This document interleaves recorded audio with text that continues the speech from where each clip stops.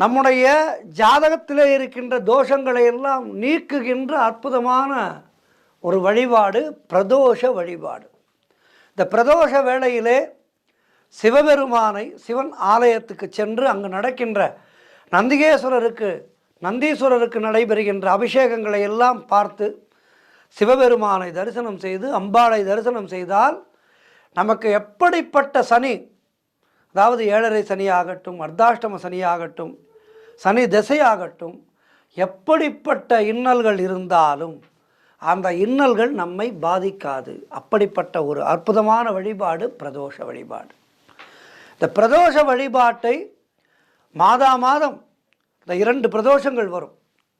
இந்த 2 பிரதோஷங்களையும் முறையாக கடைபிடித்து இந்த பிரதோஷ தினத்திலே விரதம் இருந்து, பிரதோஷ தினத்திலே என்னென்ன செய்யலாம்? மௌன விரதம் இருக்கலாம்.